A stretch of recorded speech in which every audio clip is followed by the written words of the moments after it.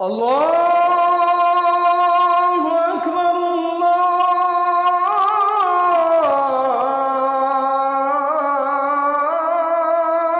আকবার। একটা মাস আমি রহমত দেই, মাগফিরাত দেই, নাজাত দেই। এক একটা নেকিকে আমি 70 গুণ না, শুধু হাজার লক্ষ কোটি গুণ নেকি বাড়ায়া দেই। এত কিছু দিয়ে আমি চেয়েছি যেন আমার বান্দা জান্নাতি হয়, মুত্তাকি হয়। তুমি বান্দা কদর করো। আর যদি কোনোভাবেই কদর না করে, তো শেষ কথা হলো, মনে রাখবেন, রমজানকে যে কদর করে না, রমজানেও যে গুনাহ করে, রমজানেও যে জাহান্নাম থেকে বাঁচার চেষ্টা করে না, রমজানেও যে জান্নাতের আমল করার চেষ্টা করে না, ভাই আমার, ছেলেরা আমার, বাবা আমার, পর্দার আড়ালের মা বোন আমার, সবাইকে এই শেষ কথা বলি।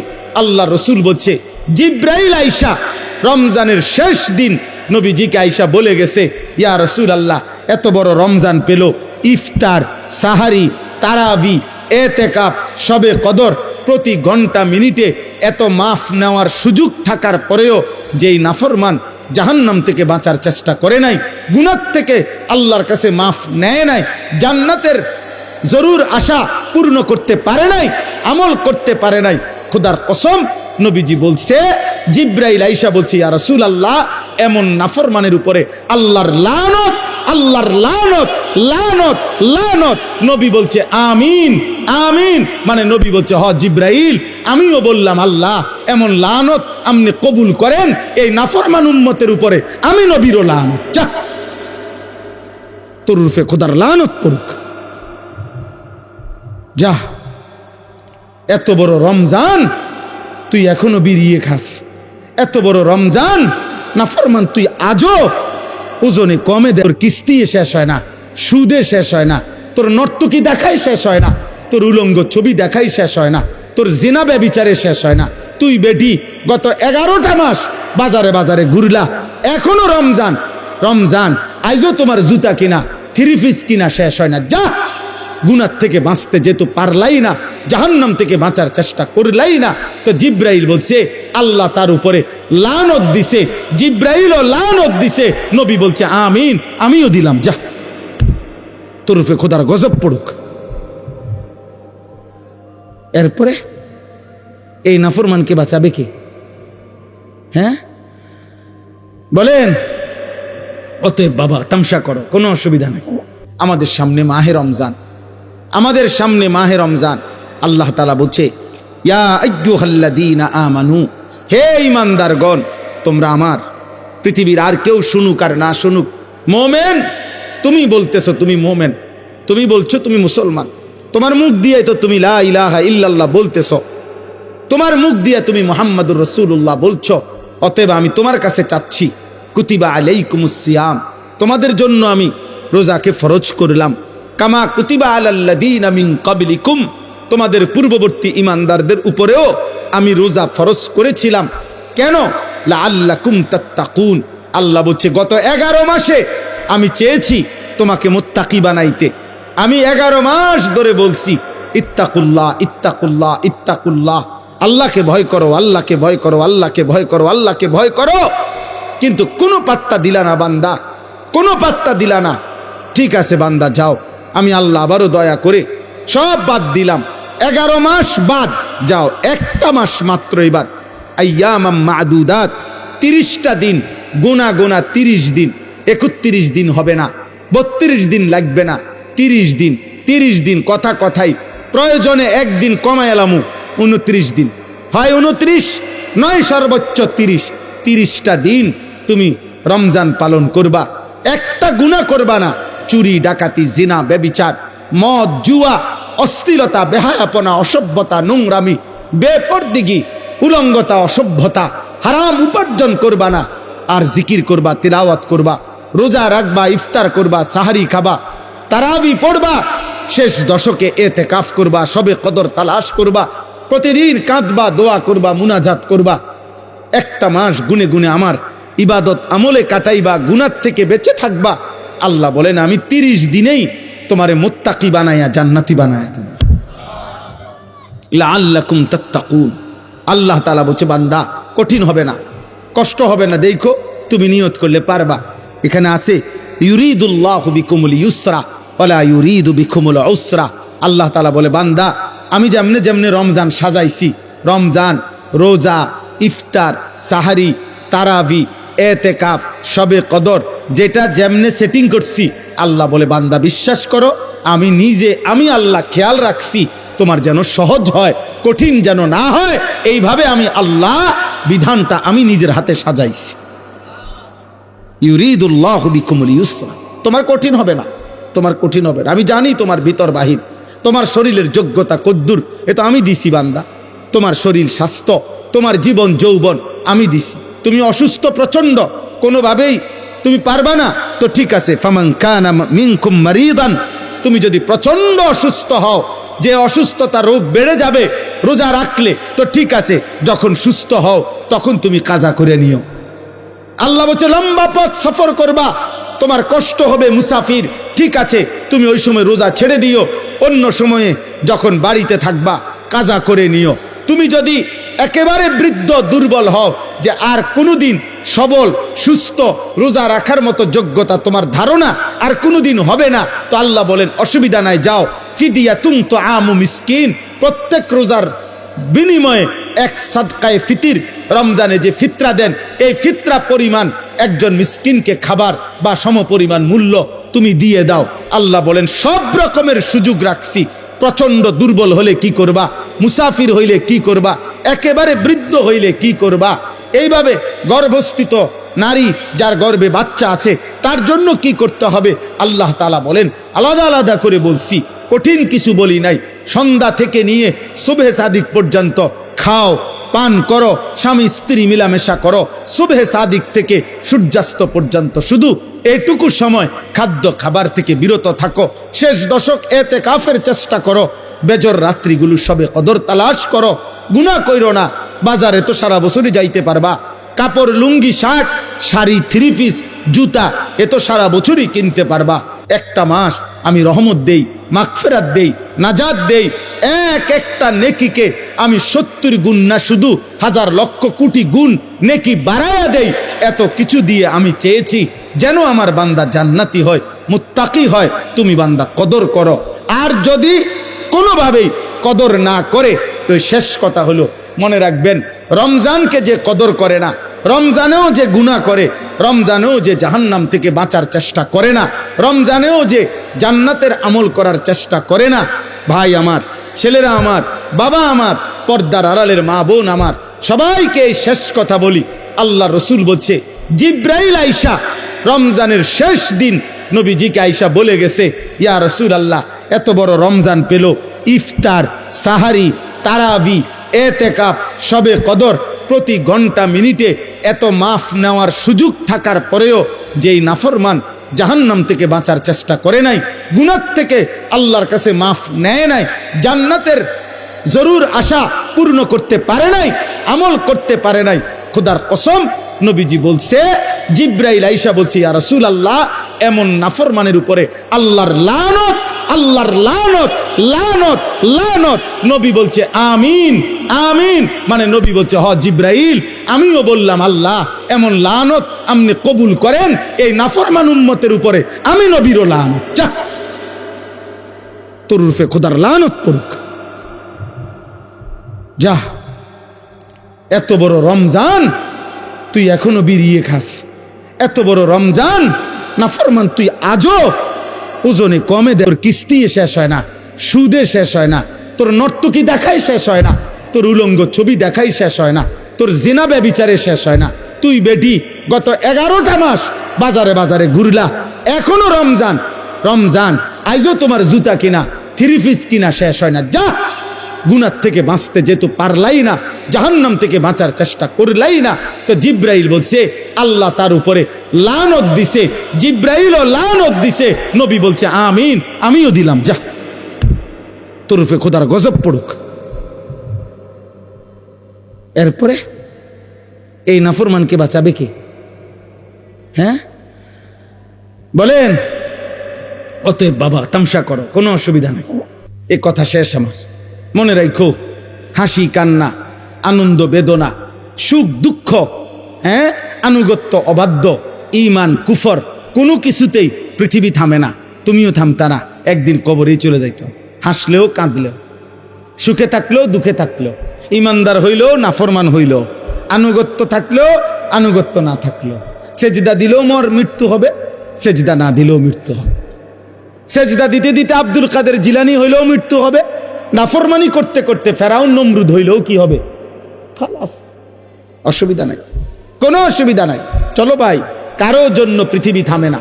আমাদের কারো মৃত্যুতে, আমাদের কারো জন্মে সেকেন্ড, ঘন্টা, মিনিট, 1 সেকেন্ড থামে না। সময়ের গতি থামে? কথা বলে না। পৃথিবী থামে কারো জন্য? না না। কোনো ক্ষমতাধরের মৃত্যু আর কোনো ফকিরের মৃত্যু সময়ের কাছে সবাই বরাবর। সময় বলে আমি চলছি তো চলছি, কে মরলো, কে জিতলো, কে হারলো, কে জন্ম নিল, আমার তো সময়। আমি যাচ্ছি আখিরাতের দিকে, আমি যাচ্ছি কবরের দিকে। অকুল্লুম ফি ফালাকিন ইয়াসবাহুন। আল্লাহ বলে সব কিছু তার নির্ধারিত গক্ষপথে, গন্তব্যের দিকে, মানে আখিরাতের দিকে চলছে, সব চলছে। আমরা সবাই যাচ্ছি কোন দিকে? কথা বলে না। আমরা যাচ্ছি কোন দিকে ভাই? আখিরাতের দিকে, আখিরাতের দিকে। অতএব ব্যক্তি, ঘর, সংসার, পরিবার, দেশ, রাষ্ট্র, রাজনীতি, ক্ষমতা, সব কিছুতে আখিরাতকে প্রাধান্য দিবেন। বলেন ইনশাআল্লাহ, বলেন ইনশাআল্লাহ। ভোটের আগের দিনও আখিরাতকে প্রাধান্য দিবেন, ভোটের দিনও আখিরাতকে প্রাধান্য দিবেন, ভোটের পর দিনও আখিরাতকে প্রাধান্য দিবেন, আখিরাতকে প্রাধান্য দিবেন। কোনোভাবেই দুনিয়ার কাছে বিক্রি যাবেন না। আল্লাহ আমাদেরকে হেফাজত করেন, আল্লাহ আমাদেরকে কবুল করে নেন আমার ভাই। অতএব আলহামদুলিল্লাহ, আজকে এই মুবারক মাহফিলে অনেক কষ্ট করছেন আপনারা, এত লম্বা সময় সবর করছেন। আলহামদুলিল্লাহ, আল্লাহ তাআলা এই ফুলগড় বারেশ্বর মাদ্রাসা আল্লাহ কবুল করে নেন। আজকে যেই ছেলেরা হাফেজে কোরআন হয়েছে, আল্লাহ তাদেরকে কবুল করে নেন। যাদের সহযোগিতা করেছে, তাদেরকে হাদিয়া দিয়েছে বিভিন্ন রকমের, মাশাআল্লাহ, আল্লাহ তাআলা তাদের সবাইকে কবুল আর মঞ্জুর করে নেন।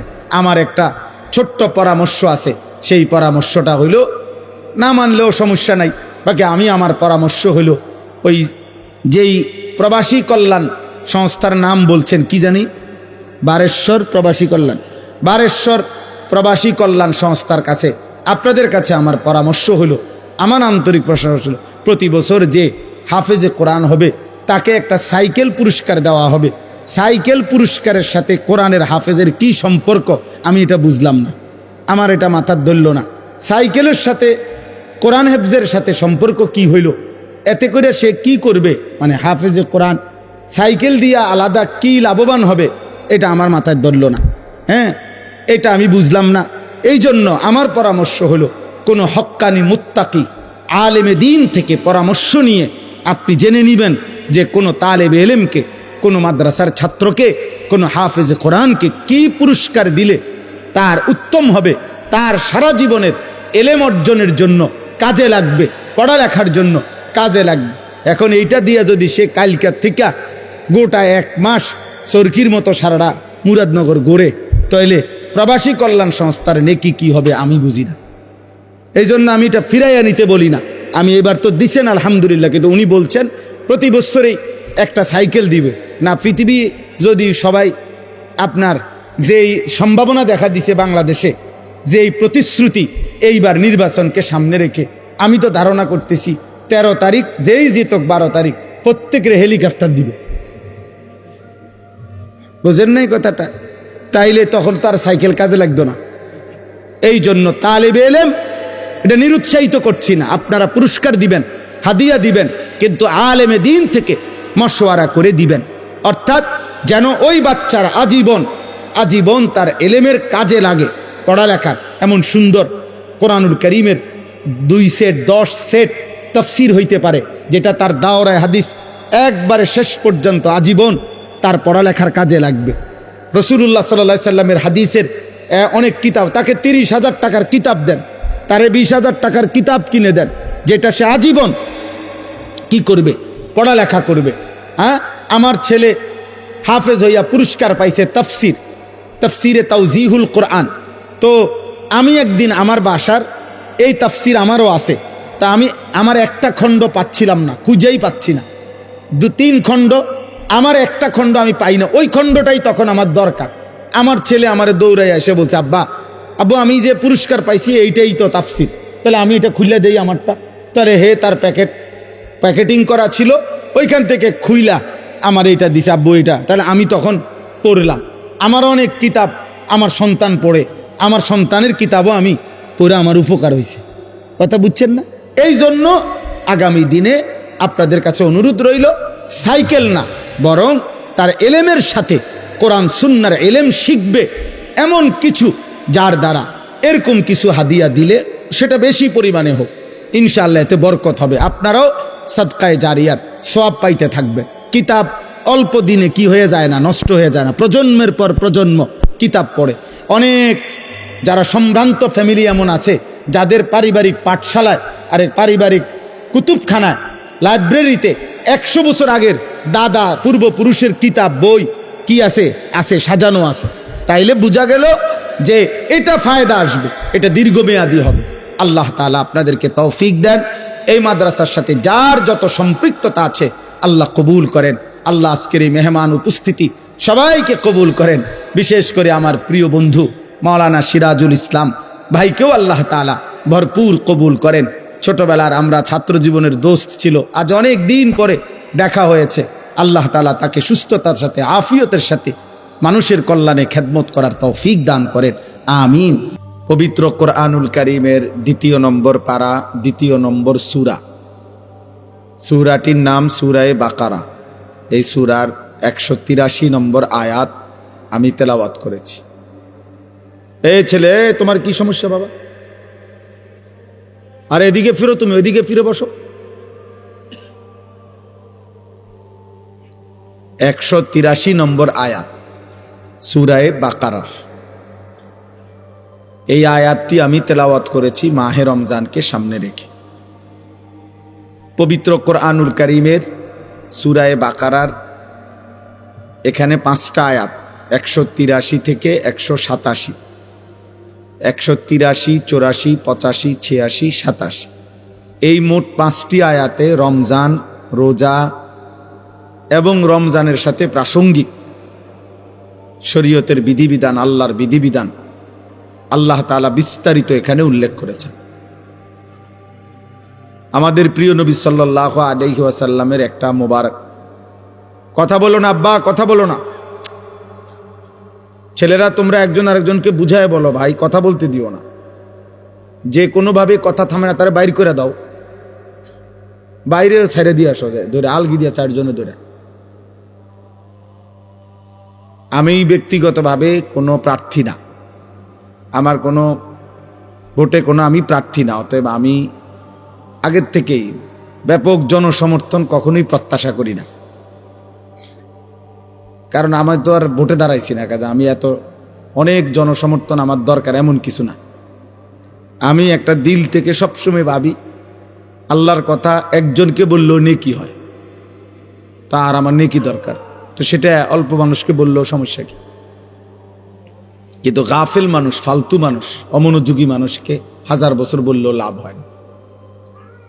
যেই কলস উল্টানো, যেই জগ উল্টানো, উল্টানো কলসিতে 1 সাগর পানি ঢাললেও এটা কোনোদিন পুরবে না, কারণ এটা তো কলসটা কি উল্টানো। নবী সাল্লাল্লাহু আলাইহি ওয়াসাল্লাম এটা হাদিসে বলছেন, কিছু মানুষের অন্তর উল্টান কলসির মতো, কালকুজে মিরবাদান, উল্টানো কলসির মতো। নবীজি সাল্লাল্লাহু আলাইহি সাল্লাম বলছেন, মানে কলস উল্টান, দিলটাও উল্টানো। এবং নবীজি বলছেন শুধু উল্টানো কলস না, বরং কলসির উল্টা পিঠে আলকাতরা দিয়া মাইখা দিছে, যাতে করে 1 ফোঁটা পানিও না জমে, পিছলা হয়। তো নবীজি সাল্লাল্লাহু আলাইহি সাল্লাম বলেছেন, কিছু নাফরমানের অন্তর আল্লাহর অবাধ্যতা করতে করতে তার দিল উল্টে যায়। ফলে একটা সময় হয় এমন, লা ইয়ারিফু মারুফান ওয়ালা ইউনকিরু মুনকার, তখন আর কখনোই পরবর্তীতে আল্লাহর গজব যখন হয়, তখন আর কখনোই তার ওই উল্টা অন্তরে কোনো নেক কাজকে নেক কাজ মনে হয় না, কোনো গুনার কাজকে গুনাই মনে হয়। এটা মানুষের জীবনের সবচেয়ে বড় দুর্ভাগ্য। কারণ এটুকু অনুভূতি যদি কারো চলে যায় তো তার জীবনে আর কিছু থাকে না। কম বেশি ভুল পাপ দোষ ত্রুটি আমাদের সবার আছে, হুজুরেরও পাবলিকেরও, ফির সাহেবেরও মুরিদ সাহেবেরও।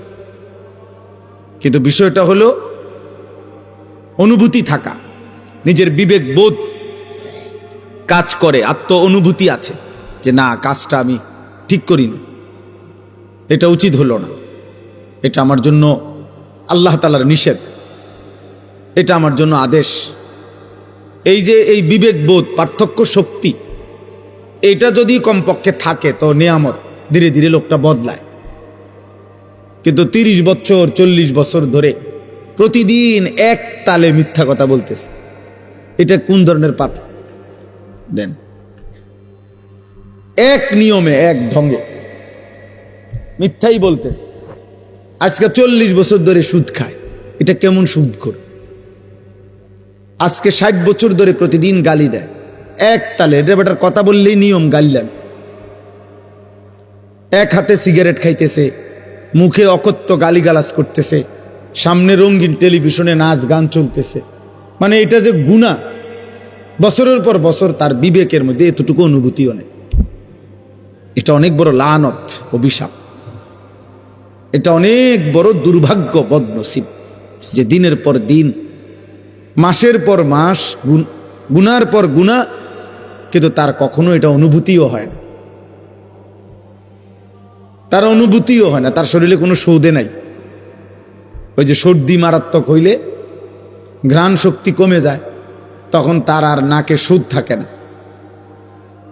এই গুনাহ আর নাফরমানি যখন বেড়ে যায় তো ধীরে ধীরে মানুষের উপরে যে মুসিবতটা আসে সেটা হলো আল্লাহর পক্ষ থেকে যেই আযাব আসে, সেই আযাব হলো আল্লাহ তাকে আত্মভোলা করে দেয়।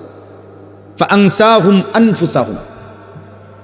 এজন্য তাফসীরের মধ্যে আছে, কোন মানুষের উপরে দুনিয়াতে আল্লাহর সবচেয়ে বড় শাস্তি কি? দুনিয়াতে সবচেয়ে বড় শাস্তি, তাকে আল্লাহ আত্মভোলা করে দেয়, আপন ভোলা। অর্থাৎ সে আর কোনোভাবেই বোঝে না সে কে, তার উচিত কি, করণীয় কি। খাইতেছে, ঘুমাইতেছে, পেশাব করতেছে, পায়খানা করতেছে, ঘুমাইছে তো ঘুমাইতেছে, মুতে ধরছে তো একখান দিয়ে মুতে দিছে। এটা কি রাস্তা? এখানে মানুষ চলাফেরা করে কিনা, কেউ দেখলে কি মনে করে? কোনো কিছু। হালালও খায়, হারামও খায়, গালিও দেয়, সালামও দেয়, মদও খায়, মধুও খায়, মাকেও দেখে, বোনকেও দেখে, আবার মোবাইলে টেলিভিশনে নর্তকীও দেখে, আপন স্ত্রীও দেখে, উলঙ্গ ছবিও দেখে। মানে পার্থক্য নেই তার ভিতরে, আর এই অনুভূতিটুকু কাজ করে না। সবকিছুই তার কাছে বরাবর। কষ্ট করে কামাই করে পয়সাও নেয়, সুদের টাকাও নেয়, কিস্তিও নেয়, সব মিলাইয়া 30,000, মিলে জিল্লে 12 লাখ টাকা পয়সা। কেমনে মিলাইছেন? এই এমনি এমনি, হুজুর দোয়া করেন, এমনি এমনি মিলাইছে। এমনি এমনি কি তা 6 লাখ জমি বেচা আর 6 লাখ সুদে কিস্তিতে। হালালও আছে, হারামও আছে, পার্থক্য নেই। এটা কোনো মানুষের উপরে সবচেয়ে বড় লানত, আল্লাহর সবচেয়ে বড় শাস্তি। ওয়ালা তাকুনু কাল্লাযীনা নাসুল্লাহ ফাআনসাহুম আনফুসাহুম। আল্লাহ তাআলা বলে, বান্দা আমাকে এই পরিমাণ ভুলে যেও না, একদিন আমি কিন্তু তোমাকে নিজেকে ভুলাই দেব। আর কোনোদিন তোমার মনে পড়বে না তোমার কবর, আখিরাত, পরকাল, মিজান, ফুলসিরাত, তোমার বিচার হবে, হাসর হবে, আমলনামা হাতে দেয়া হবে, কিচ্ছু আর মনে হবে। নাউযুবিল্লাহ। কোরআনুল কারীমের মধ্যে আছে, ওয়ায়াউমা ইয়াআদ্দুয যালিমু আলা ইয়াদাইহি। নাফরমান পাপী হাসরের দিন নিজের হাতগুলো আঙ্গুলগুলো দাঁত দিয়ে এইভাবে কামড়াইয়া ছিঁড়ে ফেলতে চাইবে আফসুসে, আর বলবে, হায় আমি কি করলাম। ইয়াকুলু ইয়া লাইতানি ইত্তাখাযতু মা'আর রাসূলি সাবিলা। আমি যদি রাসূলের পথ ধরতাম। ইয়া ওয়াইলাতা লাইতানি লাম আত্তাখিজ ফুলানান খলিলা। হায় আফসুস, আমি যদি মন্দ লোককে বন্ধু না বানাইতাম। যে আমাকে নারী দেখাইলো, ছবি দেখাইলো, জিনা ব্যভিচারের আড্ডায় নিয়ে গেল, যে আমারে মদের আড্ডা, জুয়ার আড্ডা, সুদের আড্ডা, কিস্তির আড্ডা, যে আমারে দিয়া খুন, সন্ত্রাস, চাঁদাবাজি, রাহাজানি, অন্যায়, অসভ্যতা করলো, আমি যদি তাকে বন্ধু না বানাইতাম, তাকে যদি অনুসরণ না করতাম, তার সাথে যদি না চলতাম, এই আফসুস করবে আর আঙ্গুল ছিঁড়ে ফেলতে চাই, কিন্তু কোনো লাভ হবে না, কোনো ফায়দা হবে। ইয়াউমাইদিন ইয়াতাযাক্কারুল ইনসানু ওয়া আন্না লাহুদ যিকরা। আল্লাহ তাআলা বলেন, কিয়ামতের দিন প্রত্যেক নাফরমান তার দুনিয়ার সব পাপের কথা মনে পড়বে, কিন্তু আল্লাহই বলেন ওয়া আন্না লাহুদ যিকরা, কিন্তু বলো না বান্দা, মনে পড়ে সেদিন কি লাভ হবে? মনে তো পড়বে, সব স্মরণে আসবে, কিন্তু লাভ তো হবে না। ওয়ালাউ তারা ইদিল মুজরিমুনা নাকিসু রুউসিহিম ইনদা রাব্বিহিম, আল্লাহ বলে সেদিন হাসরের দিন সমস্ত নাফরমান আল্লাহর সামনে মাথা নুয়ে, লজ্জায়, অপমানে, বেইজ্জতিতে মাথা নুয়ে থাকবে, আত্মসমর্পণ করবে, আল্লাহকে বলবে, আল্লাহ ফারজি'না না'মাল সালিহান, দুনিয়ায় আমাকে আবার যেতে দেন, নেক আমল করব। আল্লাহ বলবেন না, হাসর দেখাইয়া আবার দুনিয়ায় পাঠাবো না, কবর দেখাইয়া আবার দুনিয়ায় পাঠাই না, জাহান্নাম দেখাইয়া আমি আর দুনিয়ায় পাঠাবো না। এই জন্য ভাই, এই প্রথম কথা, এটা সব সময় আমি প্রতিদিন এটা বলি, আমার জীবনের সবচেয়ে বড় কথা হলো এটা, যে দিল যেন মরে না যায়। আহা, এর চাইতে বড় দুর্ভাগ্য আর কিছু নেই, যে আর কোনোদিন তার চোখে আলো পড়ে না, আর কোনোদিন সে অন্ধকারকে অন্ধকার মনে করে না। প্রতিদিন বেনামাজি, কোনো তার চুল, চেহারা, লেবাস, তার হাঁটা চলা দেখলে মনে হয় না যে সে যে এক ওয়াক্ত নামাজ পড়ে না, এটা যে একটা পাপ বা এটা যে একটা অপরাধ, এই অনুভূতিটুকু, এই লজ্জা শরমটাও নাই। হে গালি দিয়া হাসে, বিড়ি খাইতে খাইতে হাসে, হারাম খাইতে খাইতে হাসতেছে, মানে স্বাভাবিক, কোনো এটা যে কোনো অপরাধ এইটাই তার মনে হয়। টেলিভিশনে নর্তকীর নাচ দেখতেছে, নাটক, সিনেমা, এটা যে অপরাধ এটাও মনে হয় না। এমন যেন না হয়, এটা দুর্ভাগ্য। অনেক বুড়া মানুষেরা আমার খুব আফসুস লাগে, মুরব্বী 60-65 বছর বয়স হয়ে গেছে, দিনের পর দিন টেলিভিশন দেখে, চা দোকানে বসে বসে দিনের পর দিন বিড়ি সিগারেট খায়, অথচ 65 বছর, 60 বছর। কল্পনা করেন, খবর নিলে দেখবেন আজিয়া 40 বছর ধরে বিড়ি খায়। কারণ উনি তো আজিয়া 60 বছর বয়সে, আজকে 2 বছর 6 মাস হয় বিড়ি ধরছে না, উনি ধরছে মনে হয় 40 বছর আগে। 60 বছর বয়সেও যে রঙিন টেলিভিশনে নাচ গান দেখে, এই বদভ্যাস উনার আজকের মনে 40 বছরের। কথায় কথায় যিনি গালি দেয়, আপনি খবর নিলে দেখবেন এই বদভ্যাস উনারা যে 30 বছর। আহা, 30 বছরও কেউ আপনাকে মনে করে নাই এটা গুনাহ? 30 বছরেও ভাবেন নাই? এই জন্য এটা মনে রাখতে হবে। এটা হলো শুরুর কথা। অমনোযোগী মানুষ, গাফেল মানুষ, খামখেয়ালি, হুজুররা হুজুরদের কথা বলে, আমার এগুলার দরকার কি? আমার বাবুরে জান চলে না, কোনো রকম সংসারটাই চালাইতেই জান শেষ, হুজুরের এত কথা দইরা ফার্মুনি, উনি মস্কারি করে, ফাইজলামি করে। হ্যাঁ, হুজুররা আমনে আখেরাতের কথা বলে, আর আমনে ইয়ার কি মারেন? হ্যাঁ, চা দোকানে বসে বসে গপ মারে। ও কয় তো হুজুররা তো কয়, ভালো লাগিয়ে কয়, বুঝি তো আমরা লাগিয়ে তো কয়, পারি না, ও শেষ। এই কথা বললে আপনারে ফেরেশতা ছেড়ে দিব, ঠিক না? মানে মস্কারি করে আর কি, ইয়ার কি করে। উনি মনে করছে তামাশা করছে। আখেরাত তামাশা না, আখেরাত খামখেয়ালি না, দুনিয়া তামাশা, দুনিয়া খেলাধুলা, দুনিয়া ফালতু জিনিস, দুনিয়া একদম ফালতু, দুনিয়া বেহুদা। নবীজি সাল্লাল্লাহু আলাইহি সাল্লাম বলছেন, একটা কান কাটা মরা ছাগলের সমপরিমাণ মূল্য আল্লাহর কাছে দুনিয়ার নাই। বিশুদ্ধ হাদিস। নবীজি সাল্লাল্লাহু আলাইহি সাল্লাম বলছেন, একটা মাছির ডানা পরিমাণ মূল্য আল্লাহর কাছে দুনিয়ার নাই। লাউ কানাতিদ দুনিয়া তা'দিলু ইনদাল্লাহ মিসলা জানাহি বাউদা মা সাকা কাফিরাম মিনহা শারবাতাম মিন মাইন। নবীজি সাল্লাল্লাহু আলাইহি ওয়াসাল্লাম বলছে আদ-দুনিয়া মালউনা ওয়া মালউনুন মা ফিহা। নবীজি বলছে দুনিয়া পুরাটা অভিশপ্ত, মালউন লানতের যোগ্য, এবং দুনিয়ার যা আছে সব অভিশপ্ত। আল্লাহর নবী সাল্লাল্লাহু আলাইহি ওয়াসাল্লাম বলছে, আল্লাহ তাআলা কোরআনুল কারীমে বলছে আরাদিতুম বিল হায়াতিদ দুনিয়া মিনাল আখিরা ফামা মাতাউল হায়াতিদ দুনিয়া ইল্লা কালিল। বান্দা তোমরা বুঝি আখিরাতকে বাদ দিয়ে দুনিয়া পেয়ে খুশি হয়ে গেলা? শোনো, আখিরাতের তুলনায় দুনিয়া সামান্য, সামান্য। আল্লাহ তাআলা বলছে ওমাল হায়াতুদ দুনিয়া ইল্লা মাতাউল গুরুর। দুনিয়ার জীবন আর কিছু নয়, শুধুই ধোঁকা। গুরুর মানে ধোঁকা। আল্লাহ বলছে, যিনি বানাইছেন তিনি। কোম্পানি বলতেছে এটা 2 নম্বর, কোম্পানি নিজে বলতে আছে এটা 2 নম্বর। আপনি কৃত্রিম এরকম কানমাকারি করেন। কোম্পানি বলতেছে এটা ভালো না, টেকসই না, বেশি দিন টিকবে না। যিনি সৃষ্টি করেছেন তিনিই বলতেছেন। দুনিয়া সৃষ্টি করেছেন কে? তো তিনিই বলছেন এটা টিকবে না। অতএব আমরা যারা প্রত্যেকেই একজনই বোঝেন, একজন, তো আমি একজনকেই বললাম, আমরা মুসলমান, আমাদের জীবনের সব আয়োজন আখিরাতকে সামনে রেখে, আমার হাসি, আমার কান্না, আমার আবেগ, আমার অনুভূতি, আমার রাত, আমার দিন, আমার সকাল, আমার দুপুর, আমার ব্যক্তি জীবন, আমার ঘর, আমার সংসার, আমার জীবন, আমার যৌবন, আমার আয়, আমার উপার্জন, আমার বাজার, আমার ব্যবসা, আমার রোজগার, আমার কামাই, আমার দেশ, আমার রাষ্ট্র, আমার রাজনীতি, আমার ক্ষমতা, আমার সব কিছু আখিরাতের জন্য। কিসের জন্য? আখিরাতের জন্য। আখিরাতের জন্য। রাষ্ট্রের সেবায় কিছু করব, তাও আখিরাতের জন্য। ঘরের বিবি বাচ্চার সেবায় কিছু করব, তাও আখিরাতের জন্য। আখিরাতের জন্য।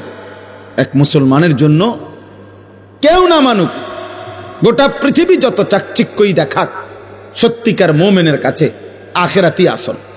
ওয়ালাদ দারুল আখিরাতু খায়রুল লিল্লাযিনা ইয়াত্তাকুন। আল্লাহ তাআলা বলেন, আখিরাতের ঘর সমস্ত মুত্তাকি, আল্লাহকে যারা ভয় করে তাদের জন্য আখিরাতের ঘর জান্নাতি, খায়রুন, উত্তম।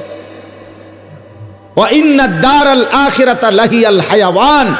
আল্লাহ বলে আখিরাতের ঘর জান্নাতি হচ্ছে প্রকৃত অর্থে জীবন, বেঁচে থাকার সার্থকতা, লাইফ, জীবন, হায়াত আখিরাত। দুনিয়া কোনো বেঁচে থাকার সার্থকতাই নাই। 1 কোটি টাকার দামের গাড়ি হোক, 100 কোটি টাকা দামের বাড়ি হোক, যিনি বানাইছেন তিনি নিশ্চিত জানেন এখান থেকে তাকে একদিন চলে যেতে হবে। তাহলে মৃত্যু যার ঘাড়ের কাছে, অ্যাক্সিডেন্ট যার পাশে পাশে, অসুস্থতা আর দুর্বলতা যার সঙ্গী, তার আবার আনন্দ কি? আনন্দ কি? গাড়ির দাম 1 কোটি টাকা হোক না, অ্যাক্সিডেন্ট তো সঙ্গী। হায়াত যত স্বাস্থ্যবানই হোক না কেন, মৃত্যু তো আমার সঙ্গী। তাহলে মৃত্যু যার সঙ্গী, অ্যাক্সিডেন্ট, দুর্ঘটনা, বিপদ আর মুসিবত, অসুস্থতার দুর্বলতা যার সঙ্গী। ভাই তোমরা একটা ছেলে গিয়ে এই কাছের ছেলেগুলারে আওয়াজটা থামাও না। তোমরা বুঝের কোনো ছেলে যার কথা বললে শুনবে এমন 2জন ছেলে যাও না ভাই। এখানে যে ছেলেগুলো কথা বলতেছে অগরে দূরায় দাও না, সরায় দাও না।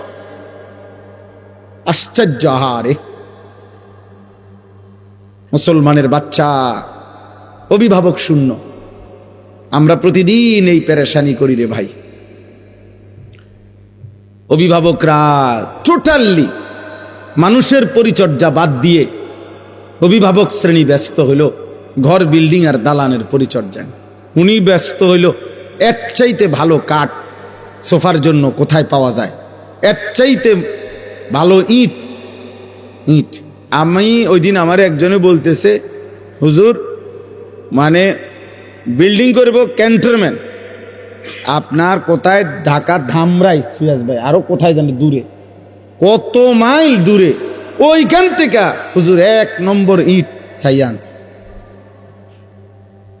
1 নম্বর ইট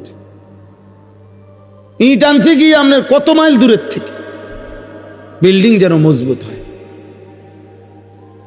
সিমে আরে বালু আনছে গিয়া ওই ময়মন সিং থেকে, নিজে সারা রাত ট্রাকের লগে ছিল, যাতে করে বেটায় 2 নম্বর বালু না দেয়। এক গাড়ি বালু হাতে 2 নম্বর দিলে আর কিতেই দিব। এক গাড়ি বালু আনছে, হুজুর বিশ্বাস করেন নিজে যাওনে একের জাগাত প্রায় 2700 টাকা লাভ হয়েছে হেবড়ার। মানে এত খুশি জীবনে, এর চাইতে বড় পাওয়ার কি হইতে পারে যে আমি নিজে সারা রাত ট্রাকের লগে থাকার বরকতে আল্লাহ আমারে 2700 টাকা লাভবান করে দিছে। দুনিয়া ওনারে কেমন লাভ দিয়ে দিছে, সুবহানাল্লাহ। উনি এমন বুঝা বুঝছে ময়মনসিংহের থেকে নিজে গিয়া বালু আনছে। দুনিয়া এভাবে বুঝে, অভিভাবক শ্রেণীর ফিকির এটা। আমার একজনে বলছে, হুজুর পুরাটা বিল্ডিং এর বালু আস্তর করছি, একটা বালু দৌন ছাড়া লাগাই নাই, সবগুলো বালু আগে ধুইয়া লইছে, এরপরে আপনার শুকাইয়া এরপরে আস্তর করছে, যাতে করে এক সুতা বালুর ভিতরে সামান্যতম কোনো লবণ কিছু না থাকে, বিল্ডিং যেন মজবুত হয়। ইসরাফিলের আব্বাও যদি ফু দেয় যাতে বিল্ডিং ভাঙবে না, এত পিওর বালু না, বালু তো একদম ধুইয়া লইছে না। তাহলে আমি বললাম যে মাশাআল্লাহ ভাই, আমি এদূর বুঝছি যে আপনি বালু মধ্যে যেন বালু না থাকে এই জন্য ধুইয়া লাইছেন আপনি। মানে সে কয় না যে ধুইছি এই জন্য যাতে বালু না থাকে, আপনি বালুরে কিটা ধুইলেন আমি বুঝলাম না। দুনিয়া এমন বুঝা বুঝছে। মুসলমান আপন ছেলে বরবাদ, এক ওয়াক্ত নামাজ নাই, অভিভাবক জানেও না। ছেলেটা সারা দিন সারা রাত মোবাইলে কত নারী দেখে, কত উলঙ্গ ছবি দেখে, বাবা মার খবরও নাই। উনি আছে ময়মনসিংহে বালু আনতেছে। নাইজেরিয়ান 1 নম্বর লোহা কাঠ দিয়া ঘরের বিল্ডিং এর ফ্রেম দিছে, দরজার চৌকাঠ লাগাইছে, সব কিছু জানে, কোনখানের কাঠ, দরজার চৌকাঠ কাঠ কোনটা 1 নম্বর, পাল্লা কোনটা 1 নম্বর, ইট কোনানে 1 নম্বর, সিমেন্ট কোথায় 1 নম্বর, সব জানে।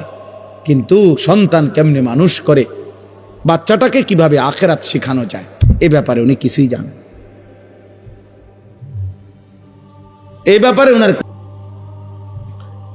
অথচ এক মুমিন, এক ইমানদারের খোদার কসম, মৃত্যুর পূর্ব মুহূর্ত পর্যন্ত, শেষ নিঃশ্বাস পর্যন্ত এক মুমিনের তার পরিবারের ব্যাপারে আখিরি চেষ্টা হলো আখিরাত। শেষ চেষ্টা হওয়া উচিত আখিরাত। আম কুনতুম শুহাদা ইয হাদারা ইয়াকুব আল মাউত ইয ক্বালা লিবানিহি মা তা'বুদুনা মিন বা'দি।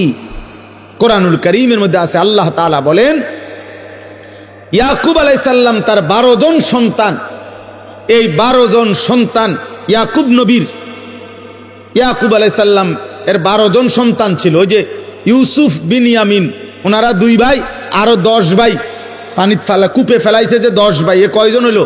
12 জন। 12 জন সন্তান ইন্তেকালের সময় ইয়াকুব আলাইহিস সালাম ওনার চারদিকে বসাইয়া, কোরআনে আল্লাহ বলছে, উনি জিজ্ঞেস করছে, মা তা'বুদুনা মিন বাদি, ছেলেরা আমার, মৃত্যুর পূর্বে শেষ তোদের কাছে আমি জানতে চাই, তোমরা আমার পরে কার ইবাদত করবা, কার গোলামি করবা, আমি শুধু এই কথা শুনতে চাই। ক্বালু না'বুদু ইলাহাকা ওয়া ইলাহা আবাইকা ইব্রাহিমা ওয়া ইসমাঈলা ইলাহান ওয়াহিদা।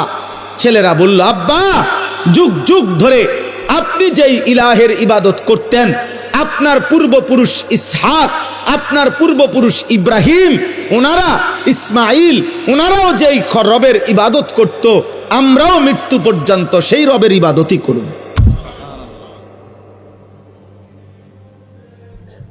তো ইয়াকুব আলাইহিস সালাম বলছে, ঠিক আছে আব্বা, আমি বিদায় নিলাম, আমি নিশ্চিন্ত হলাম, আমার সন্তানের কাছ থেকে আমি শেষবারের মতো আল্লাহর ইবাদতের কথা মনে আছে কিনা এটা জেনে রাখলাম।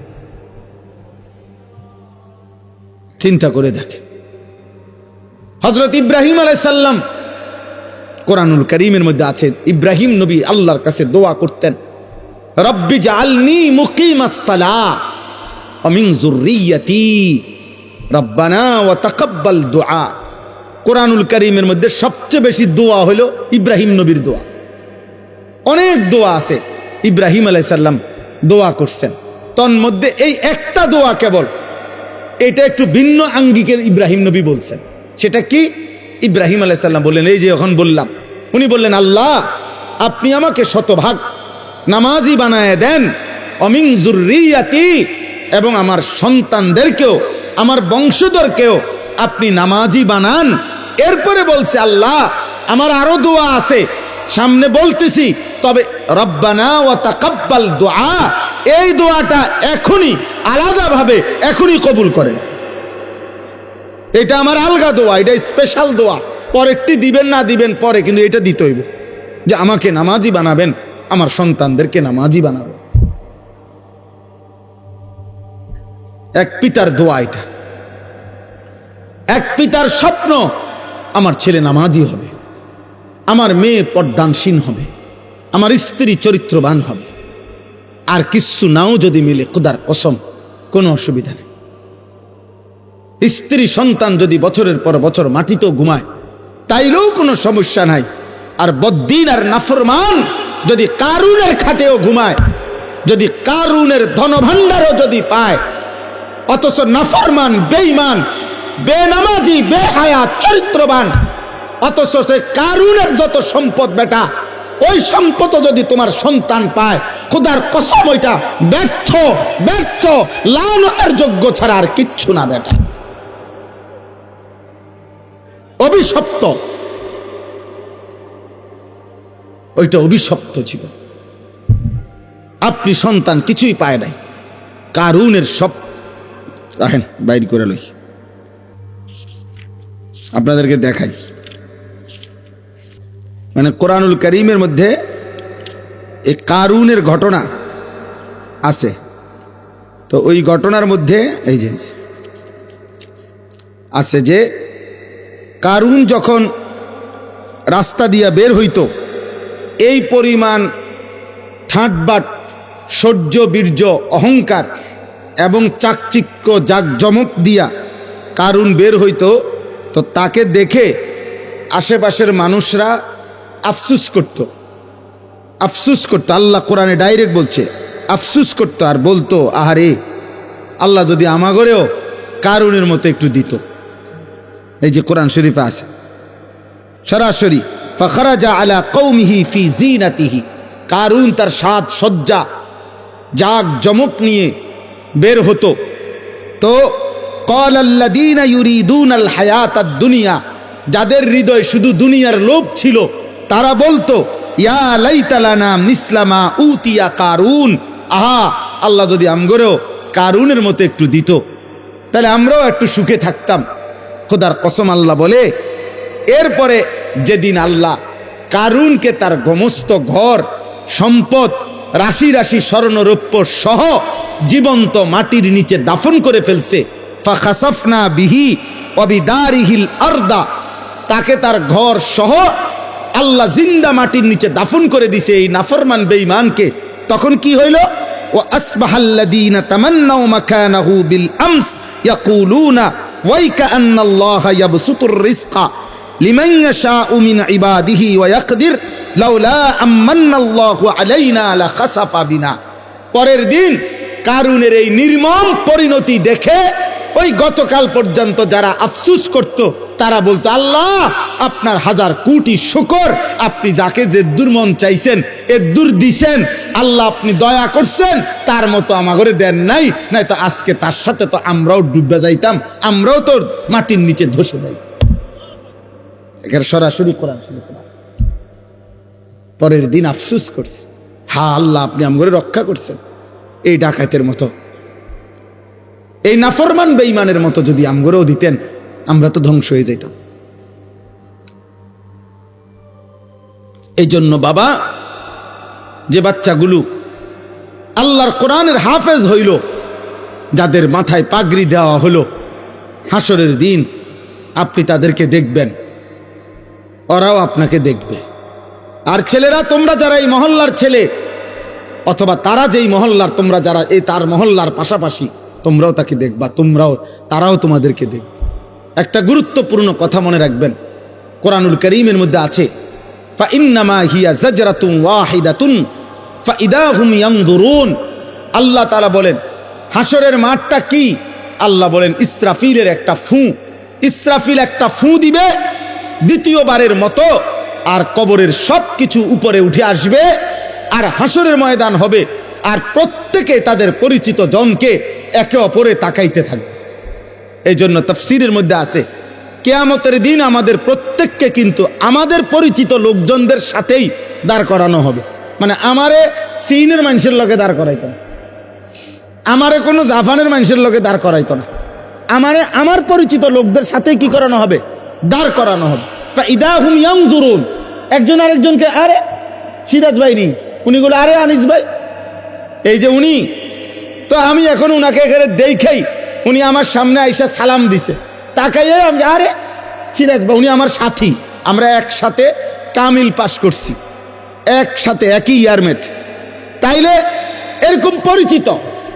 ফাইদা হুম ইয়ানজুরুন। একজন আরেকজনকে দেখবে, চিনবে, আরে দোস্ত, আরে আপনি, এইভাবে চেনা জানা পরিচিত মানুষদের মাঝেই উঠবে খোদার কসম।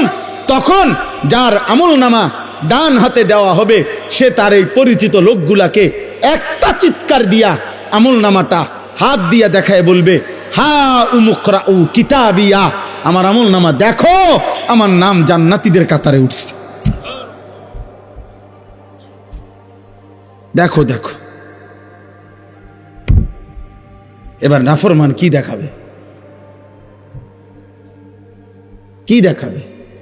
বেঈমান কি দেখাবে? তখন ইমানদার তো দেখাবে, হা উমুকরাউ কিতাবিয়া, আমার আমল নামা পড়ো, দেখো, ইন্নী জানানতু আন্নী মুলাকিন হিসাবিয়া।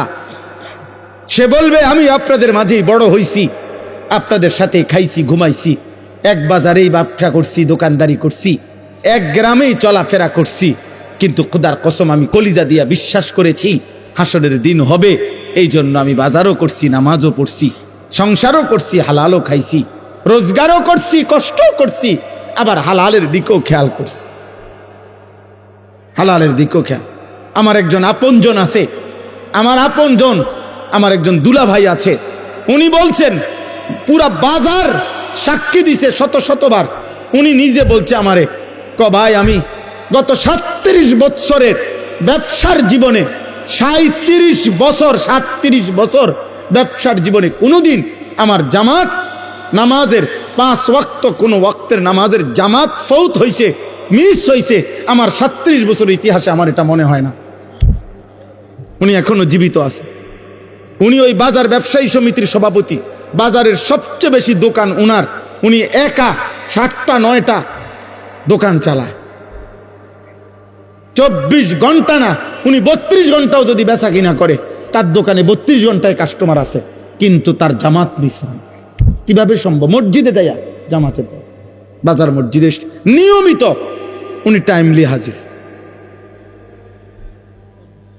ইন্নী জানানতু আন্নী মুলাকিন হিসাবিয়া। এজন্য ইমানদার বলবে আমি জানতাম আখিরাত হবে, আমি জানতাম হিসাবের দিন হবে, এই জন্য আমি দুনিয়াও করেছি, আখিরাতও করেছি। আজকে তোমরা এখানে, আমি আর দেরি করছি না, অনেক রাত তোমাদের কাছে অনুরোধ করছি, প্রিয় ছেলেরা, বাবারা, আপনারাও পর্দার আড়ালের মা বোন, আল্লাহ তাআলা আমাদেরকে ঈমান দান করছেন, আল্লাহ আমাদেরকে কালিমা দান করেছেন। আমরা বলতে পারছি যে লা ইলাহা ইল্লাল্লাহ। আমি দিনাজপুর 2024 সালে এই 5ই আগস্ট যখন আপনার হাসিনা পলায়ন করে, দেশ যখন উত্তাল, তখন আমি দিনাজপুর ছিলাম তাবলিগের চিল্লায়। তখন আমি ওইখানে একটা ফ্যামিলির 2 ভাই, তারা হিন্দু 2 ভাই, তারা কালেমা পড়ে মুসলমান হয়েছিল আগে। তো তারা 2 ভাই আমাদের কাছে আইসা বলছিল, হুজুর আমাদের আব্বার বয়স 72 বছর, আমাদের আব্বারে যদি আপনারা একটু, আমারও বলছি হুজুর আপনি সহ একটু আসলে আব্বারে যদি একটাবার একটু বলতেন, কালিমার দাওয়াত দিতেন, আমরা তো দুনো ভাই কালেমা পড়ছি, আব্বারে যদি একটু বুঝাইতেন। আমার মনে আছে আমি উনার কথা মতো উনাগো ভাইদের আমরা 3 জন আলেম প্রায় 2.5 ঘন্টা ওনার সাথে কথা বলছি। ওই 72 বছর বয়স্ক হিন্দু লোকটা, ওই চাচারে বলছি, উনি বলতেছে কয় যে সৃষ্টিকর্তা যে একজন, আমি এটা মানি। প্রতিমা পূজা যে ঠিক না এটাও আমি মানি। এইভাবে বলছে আমারে। আমি বললাম চাচা দরজা বন্ধ, জানালা বন্ধ, আমি একলা, আমরা 3 জন মাত্র আলেম হুজুর, পৃথিবীর কাউকে কোনোদিন বলবো না, আপনি শুধু একবারের জন্য, এই কথাটাই আমাদেরও কথা। ঈশ্বর একজন, আপনি বলতেছেন প্রতিমা পূজা ঠিক না, আপনি বলছেন, কথা তো ঠিকই আছে, আগে এলাইছেন, এই তো কথা। আপনি শুধু আমাদের কালেমার আরবিটা কন, লা ইলাহা ইল্লাল্লাহ মুহাম্মাদুর রাসূলুল্লাহ, এই কথাটা কন চাচা।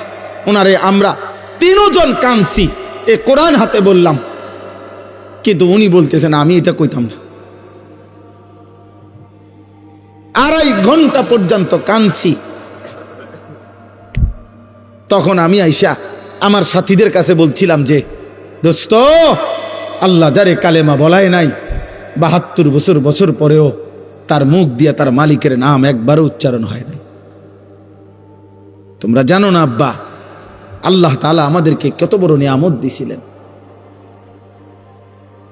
কত বড় নিয়ামত দিছিলেন। আল্লাহ যাকে ঈমান দেয় না, আল্লাহ যাকে কালেমা দেয় না, আল্লাহ যদি ফয়সালা নেয় ঈমান দিবে না, আল্লাহ যদি ফয়সালা নেয় কালেমা দেবে না, তো খুদার কসম নবী সাল্লাল্লাহু আলাইহি সাল্লাম, আল্লাহর মাহবুব, আল্লাহর হাবিব, আল্লাহর কলজার টুকরা নবী, আল্লাহর মাহবুব যিনি, গোটা জগৎ আল্লাহ যেই বন্ধুর জন্য সাজাইছেন, এত মায়া এত ভালোবাসা যেই বন্ধুর জন্য, সেই নবী সাল্লাল্লাহু আলাইহি সাল্লামও 1000 বার 1,00,000 বার চোখের পানি ফেলাইছে, 2 হাত তুলছে। কোরআনে বুখারী শরীফের রিওয়ায়াত, নবীজি উনার চাচা আবু তালেবের জন্য 2 হাত তুলছে, লা আস্তাগফিরান্না লাকা মা লাম উনহা আনকা, বুখারীর ইবারত। উনি বলছে নবীজি আল্লাহ আমারে নিষেধ না করা পর্যন্ত চাচা আপনার জন্য আমি আল্লাহর কাছে ক্ষমা প্রার্থনা করব। নবীজি চাচারে বলছে মনো 1000 বার, ইয়া আম কুল লা ইলাহা ইল্লাল্লাহ কালিমাতান আশহাদু লাকা বিহা ইনদাল্লাহ। একবার চাচা লা ইলাহা ইল্লাল্লাহ বলেন, আমি আপনার জন্য হাসরের ময়দানে সাক্ষী দেব। চাচা একবার বলেন, একবার বলেন, একবার বলেন, একবার বলেন। কাঁদতেছিলেন। কোন কিতাবের মধ্যে আছে শেষ পর্যন্ত নবীজি এটা পর্যন্ত বলছে, চাচা আপনি ঠিক আছে বইলেন না, আমি বলি, আপনি শুধু ঠোঁটটা নাড়েন, আমার লগে শুধু ঠোঁট নাড়েন, আমি আপনার জন্য সাক্ষী দেব। আল্লাহ তাআলা বলছে, মা কানা লিন নাবিয়্যি ওয়াল্লাযীনা আমানু আন ইস্তাগফিরু লিল মুশরিকিন ওয়ালাউ কানু উলি কুরবা। কোরআনের আয়াত, সূরা তাওবার আয়াত। আল্লাহ আয়াত নাজিল করে বলছে, বন্ধু সাবধান, হাত নামান, নামান, হাত নামান, হাত নামান। কোন নবী এবং ইমানদার কারো জন্য অনুমতি নাই মুশরিক বেঈমানের জন্য আমি আল্লাহর কাছে ক্ষমা প্রার্থনা করার অনুমতি নাই। আমি ইমান দেব না বলছি, দেব না যে দেবই না। আপনি হাবিব, আপনি মাহবুব, সব ঠিক আছে, কিন্তু আপনি বললেও দেব না। যারে দেব না তারে দেবই না। তোমরা বাবা মনে করছো বিড়ি খাইতে খাইতে জীবন শেষ, সিগারেট টানতে টানতে জীবন শেষ, মোবাইলের নর্তকী দেখতে দেখতে জীবন শেষ। নাফরমান বেটা, চুল একটা ঠিক করতে করতে বেটা ছাগল, তোর মতো ছাগল বেটা, তোরে বেঈমানে একটা চুলের ফ্যাশনের মধ্যে নিয়া তোরে তার দলে নিয়ে গেছে গা। তোরে বেটা একটা কয়টা উলঙ্গ নারী, মোবাইলের কয়টা ধরতেও পারো না, সুইতাও পারো না, শুধু সাইয়া তাকো ব্যয় কইরা, এই কয়টা নর্তকী দেখাইয়া তোর ঈমান নিয়ে গেল, তোর আখিরাত নিয়ে গেল, তোর কপালের সেজদা নিয়ে গেল, তোর আল্লাহ নিয়ে গেল, তোর রাসূল নিয়ে গেল। থু তো মারি তোর কপালে, থু তোর কপালে, থু তোর কপালে, থু বেনামাজি তোর কপালে, থু তো মারি, থু তোর কপালে। ছি ছি ছি ছি, কি দেখাইয়া তোরে নিয়ে গেল বেটা? সারাদিন তোরে কি দেখাইলো? মোবাইলের কয়টা নর্তকী, এগুলার জাত আছে না বংশ আছে? এগুলার মধ্যে কোনো সতীত্ব আছে না, ইজ্জত আছে না, সম্মান আছে? মোবাইলের নর্তকীর কাছে কিছু আছে? তো ওই কি দেখলো এটা? আর এটা কি নারী? এটা তো নারী না, এটা তো নারীর ছবিও না, ছবির ছায়া, এটা তো ছায়া ছবি। তো তুমি কি দেখে শরীরটা শেষ করলে? ওই যে দেখেন, ওই আর এক অপদার্থ দেখেন, এই মোবাইল এটা ধরে রেখেছে, দেখছেন? রাত 12টা বাজে, বিবেকের কোনো অনুভূতি নাই। হ্যাঁ, মনে করছে জীবন মানে মোবাইল, এটাই ভাবে, মনে করছে জীবন মানে চুল ফিরাইতাছি, কেউ মাতে না, আমারে যে সুন্দর লাগে, বোঝেন না? খাড়াইয়া মুতি, যে সুন্দর লাগে আমারে, যেন দিয়া মুতে ধরে হেন দিয়া মুতালায়।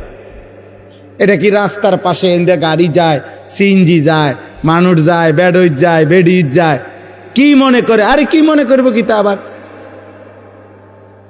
মনে করার কি আছে? মানুষ হইলে না ভাবতো, ইনসান হইলে না ভাবতো। তুমি একজনকে বলি নাই আব্বা, আল্লাহ তোমাকেও মাফ করে দেন।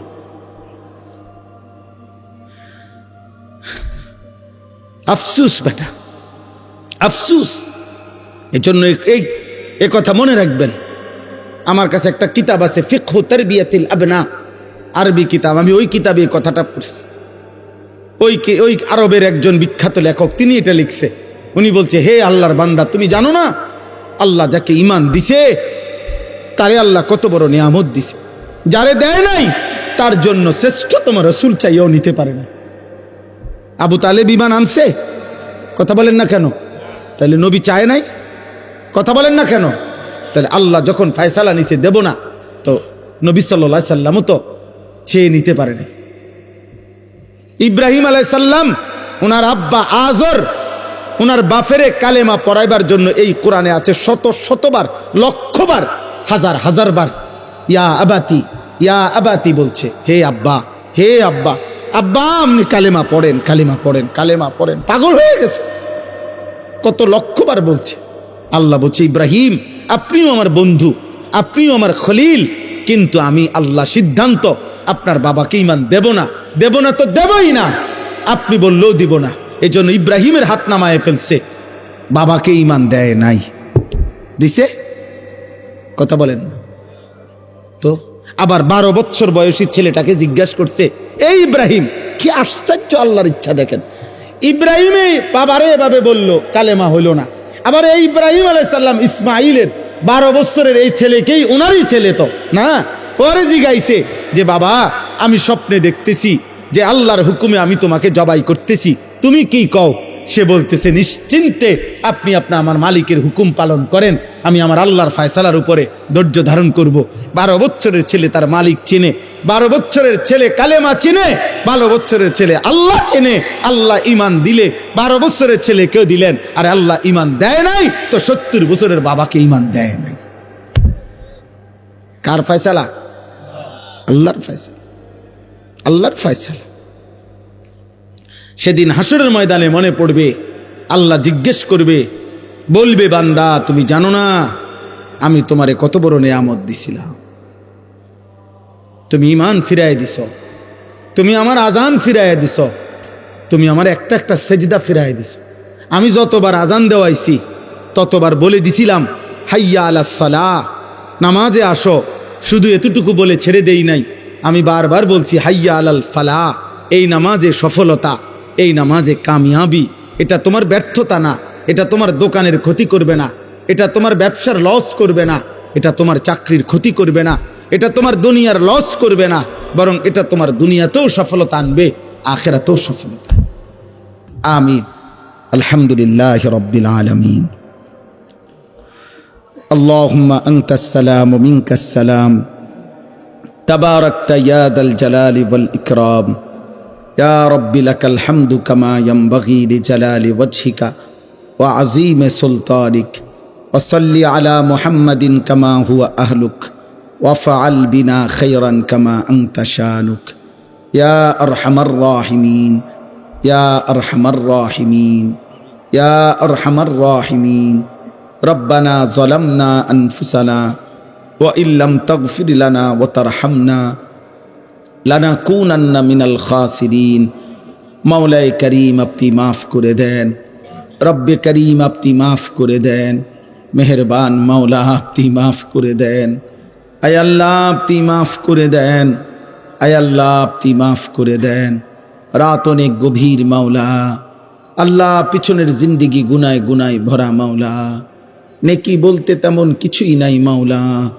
আল্লাহ আপনার গোলামির হক আদায় করি নাই মাওলা। কত রাত এমন গেছে একটা সেজদাও দেই নাই, কত দিন চলে গেছে একটা সেজদাও দেই নাই, কত 24 ঘন্টা এমন পার হয়ে গেছে এই জবানে একবারও আপনাকে ডাকি নাই মাওলা। আল্লাহ কত কিশোর যুবক ছেলে 365 দিনের একটি বছরে কোনো দিন ফজরের নামাজ পড়ে নাই, ও জানেও না মাওলা ফজরের ওয়াক্ত হয় কখন, ভোরের আলো ফুটে কখন। আল্লাহ প্রত্যেককে আল্লাহ মাফ করে দেন, মাফ করে দেন, মাফ করে দেন, মাফ করে দেন, মাফ করে দেন। আমাদের সমস্ত কবরবাসীদেরকে মাফ করে দেন। কিয়ামত পর্যন্ত কবরের আযাব মাফ করে দেন, কিয়ামত পর্যন্ত কবরের আযাব মাফ করে দেন। কবরগুলোকে জান্নাতের টুকরা বানায় দেন। আয় আল্লাহ কবরগুলোকে জান্নাতের টুকরা বানায় দেন। আল্লাহ আমরা যারা বেঁচে আছি ঈমান আমল দান করেন, ইজ্জত আফিয়ত দান করেন, তাকওয়া তহারত দান করেন, হিম্মত ইস্তেকামত দান করেন, দ্বীনের উপরে থাকার চলার তৌফিক দান করেন। সেজদাওয়ালা কপাল বানিয়ে দেন, কাঁদনেওয়ালা চোখ বানিয়ে দেন, জিকিরওয়ালা জবান বানিয়ে দেন, মোহাব্বতওয়ালা দিল বানিয়ে দেন, সুন্নতওয়ালা জীবন বানিয়ে দেন। আল্লাহ আগামী জীবন সুন্দর করে দেন, আগামী জীবন সুন্দর করে দেন। কিশোর যুবক ছেলেগুলোকে নামাজি বানিয়ে দেন। বয়স্ক বাবা চাচাদেরকে আখিরাতের ভয়, কবরের ভয়, আল্লাহ জাহান্নামের ভয় আরো বেশি দান করেন। বাকিটা হায়াত নেক আমল দ্বারা ভরপুর করে দেন। পর্দার আড়ালের মা বোনদেরকে আবেদা সালেহা মা ফাতেমা রাবেয়া বসরিয়ার মতো বানিয়ে দেন। আয় আল্লাহ অনেক শ্রদ্ধেয় ওলামায়ে কেরাম এসেছেন, সকলকে কবুল আর মঞ্জুর করে নেন। অনেক শ্রদ্ধাভাজন মেহমানগণ এসেছেন, আল্লাহ সকলকে কবুল আর মঞ্জুর করেন। আল্লাহ অসুস্থ বিমারি যারা শিফায়ে কামেলা আজেলা দান করেন।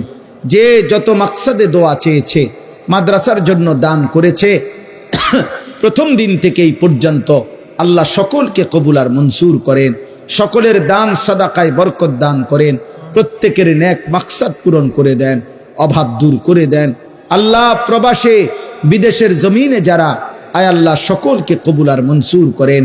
হেলাল ভাই সহ যত প্রবাসী মাওলা আল্লাহ মাদ্রাসাকে ভালোবাসে, আল্লাহ দ্বীনকে ভালোবাসে, আল্লাহ তাদের প্রত্যেককে বিদেশের জমিনে নিরাপত্তার সাথে রাইখেন মাওলা।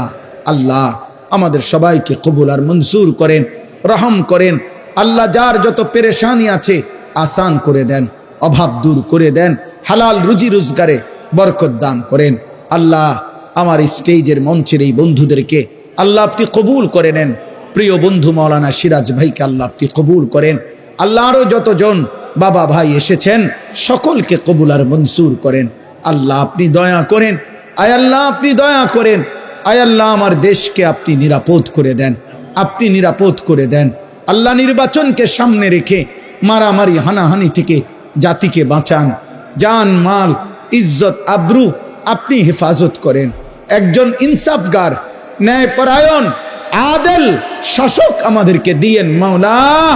কোন জালেমের হাতে তুলে দিয়েন না রে মাওলা, কোন জালেমের হাতে তুলে দিয়েন না, কোন জালেমের হাতে তুলে দিয়েন না, কোন জালেমের হাতে তুলে দিয়েন না। আল্লাহ জুলুমের শিকার কইরেন না।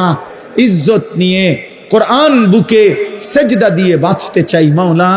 বিবি বাচ্চাকে, আল্লাহ দেশবাসীকে, দেশ জনগণকে ঈমান ইসলামের উপরে রেখে যেতে চাই। আল্লাহ আপনি তৌফিক দেন, কবুল করেন, কবুল করেন। রব্বির হামহুমা কামা রব্বায়ানি সগীরা। আয় আল্লাহ রমজান পর্যন্ত হায়াত ভিক্ষা দান করেন, রমজান পর্যন্ত পৌঁছিয়েই দেন। আল্লাহুম্মা বারিক লানা ফি রজব ওয়া শাবান ওয়া বাল্লিগনা রমাদান। সুবহান রাব্বিকা রব্বিল ইজ্জাতি আম্মা ইয়াসিফুন ওয়া সালামুন আলাল মুরসালিন ওয়ালহামদুলিল্লাহি রাব্বিল আলামিন।